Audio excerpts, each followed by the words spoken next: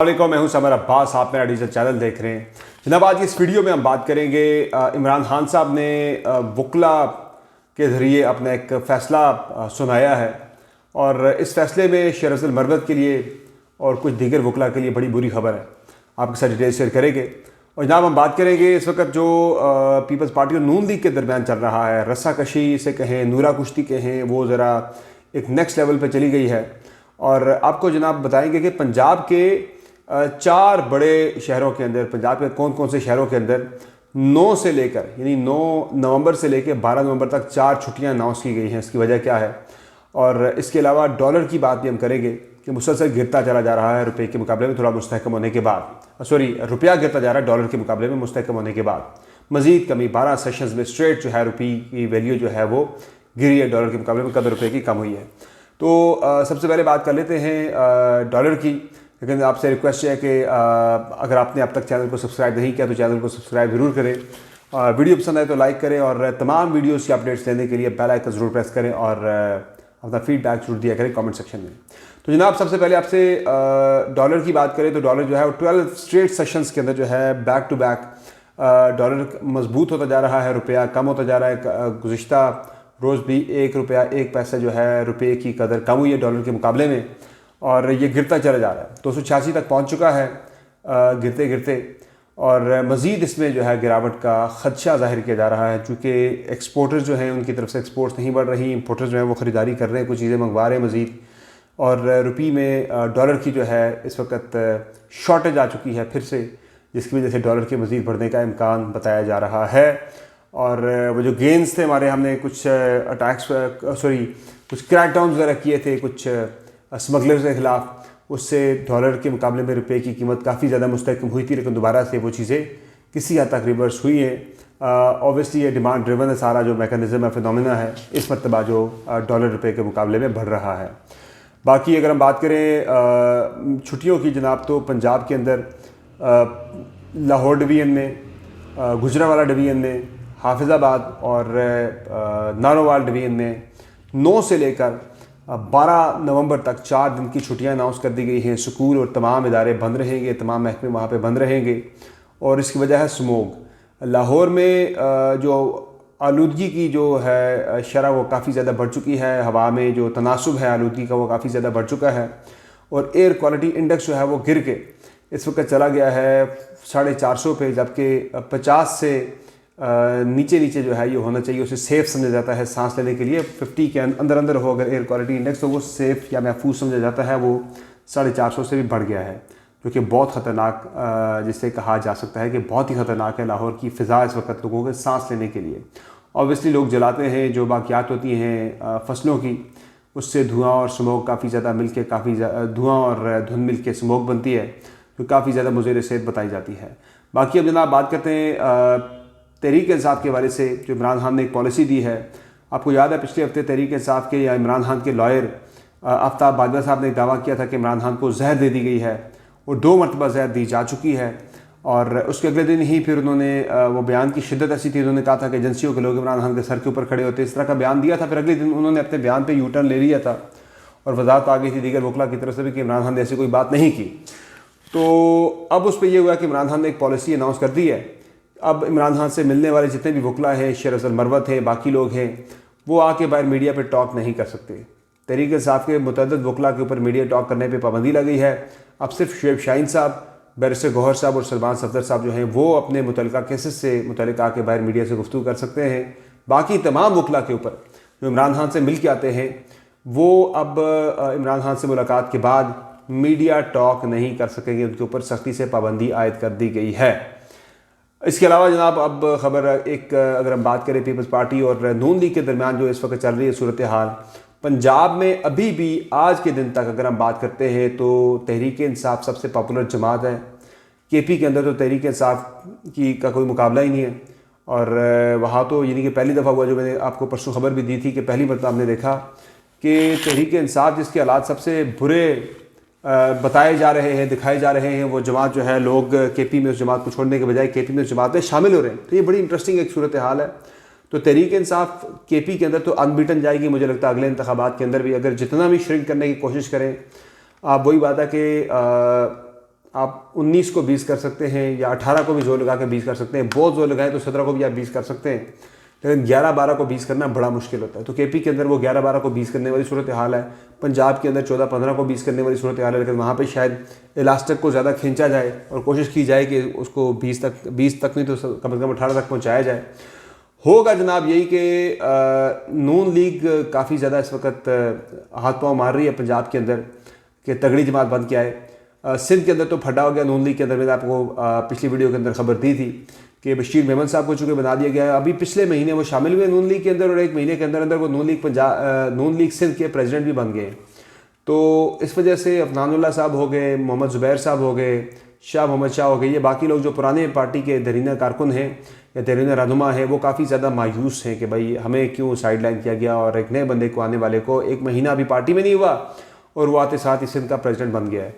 तो शाह मोहम्मद शाह को तो सेंटर की यानी कि PMLN सेंटर का मरकज़ी नायब सदर बना दिया गया, लेकिन नायब सदर बहुत ज़्यादा है, वो भी इतना काम नहीं है उनको, जस्ट उनको खुश करने के लिए। ना भी करें कि वो क्या बिगाड़ लेंगे नून लीग का। बाय द वे इस वक्त तो कराची से भी मरीम नवाज़ी इलेक्शन लड़ने जा रही हैं और केमाड़ी का हल्का जो है मंसूर अली खान साहब के बकौल केमाड़ी का हल्का है जहाँ से मुस्तफ़ा कमाल इलेक्शन लड़ना चाह रहे थे, लेकिन अब वहाँ मियाँ नवाज शरीफ ने फरमाइश की है MQM से कि वहाँ से हमें इलेक्शन लड़ने दिया जाए, मरीम नवाज़ वहाँ से इलेक्शन लड़ेंगी और मुस्तफ़ा कमाल को कहा गया कि आप किसी और हल्के से इलेक्शन लड़ लें, ये हल्का आप छोड़ दें मरीम नवाज़ के लिए।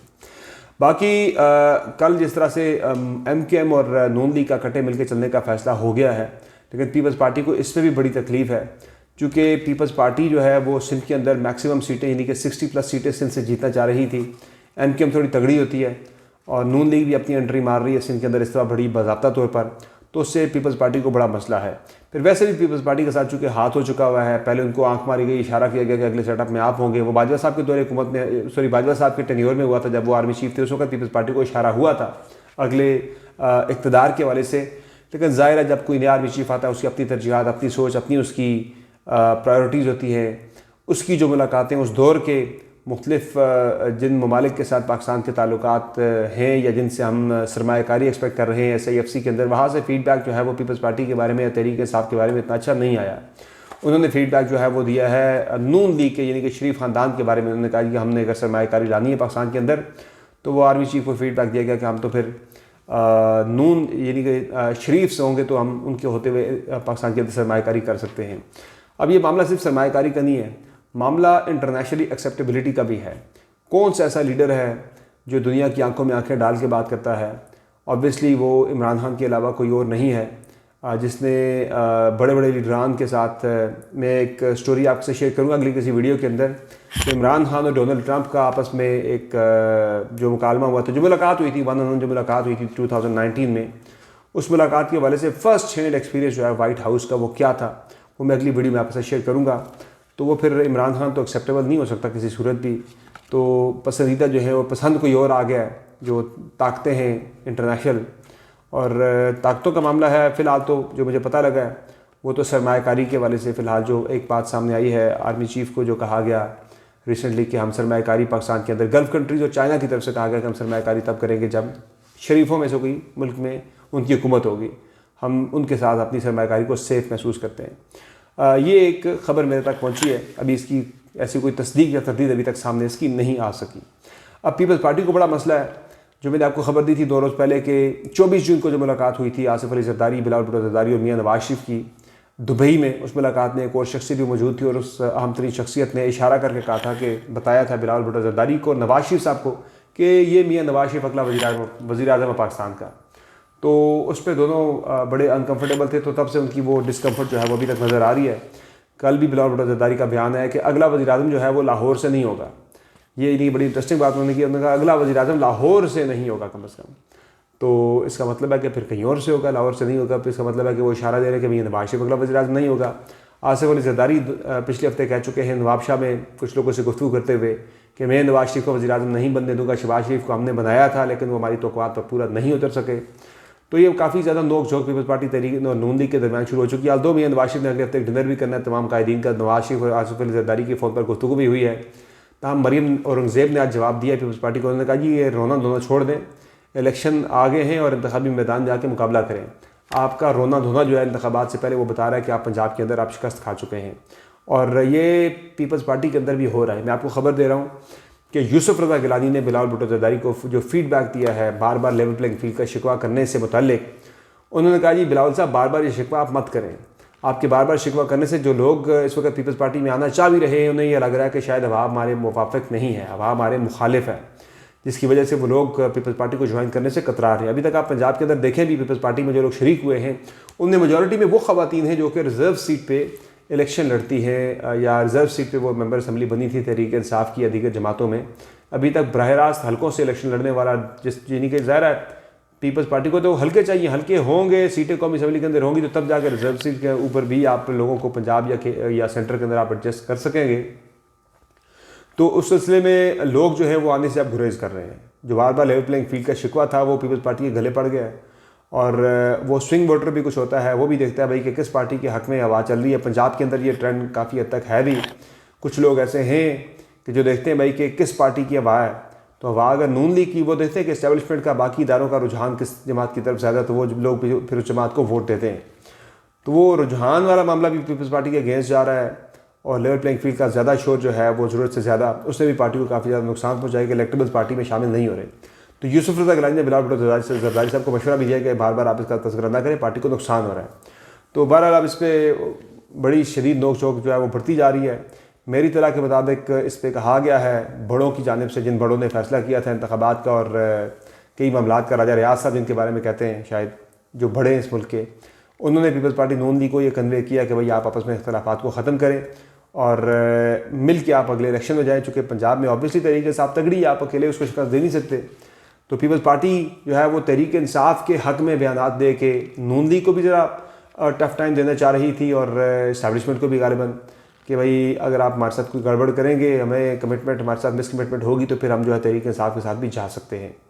तो फिर तहरीक इंसाफ का वोट बैंक जो है वो अभी तक इंटैक्ट है और अगर इमरान खान इलेक्शन में नहीं होते, तहरीक इंसाफ को भी इलेक्शन से आउट कर दिया जाता है, तो उस वोट बैंक के ऊपर कैपिटलाइज़ करने के लिए पाकिस्तान पीपल्स पार्टी तहरीक इंसाफ के साथ बड़ी हमदर्दी दिखा रही है आजकल कि वो लोग जो है जो वोट देना चाहते हों उनके पास अगर ऑप्शन या चॉइस ना हो तो फिर वो देखें यार कि नून लीग के खिलाफ कौन है, तहरीक इंसाफ के हक़ में कौन है, वो पीपल्स पार्टी तो पीपल्स पार्टी को वोट दे देते। तो ये इस वक्त सारी गेम चल रही है। बाकी होगा वही ज़्यादा जमातों वाले का प्राइम मिनिस्टर, उससे कम सीटों, ज़्यादा सीटों वाले का प्राइम मिनिस्टर, उससे कम सीटों वालों का प्रेसिडेंट और बाकी काबीना के अंदर सबका शेयर होगा। तो मुझे अगले सेटअप के अंदर पीपल्स पार्टी का प्रेसिडेंट और नून लीग का वज़ीर आज़म नज़र आ रहा है और वही फिर वजारतें होंगी। PDM टाइप एक हुकूमत मुझे बनती हुई नज़र आ रही है, लेकिन ज़ोर ज़बरदस्ती की बुनियाद पर, नॉट ऑन मेरिट पे ग्रेजो तहरीक इंसाफ को कोई नहीं हरा सकता। ये मैं आज भी बड़े दावे से बात कर सकता हूँ। इमरान खान को इलेक्शन से बाहर करके भी आप जेल में बिठा दें, फिर भी आप इंतखाबात करवाएं, फिर भी तहरीक इंसाफ जो है वो इंतखाबात मुझे जीतती हुई नज़र आ रही है। लेकिन अगर शफाफ इंतखाबात हो, शफाफ होंगे नहीं, मैनेज इंतखाबात होंगे जिसमें शायद नून लीग की हुकूमत बन जाएगी, पीपल्स पार्टी काबीना के अंदर होगी, JUI भी काबीना का हिस्सा होगी, तो ये मुझे मुमकिन तौर पर अगला सेटअप बनता हुआ नज़र आ रहा है पाकिस्तान के अंदर।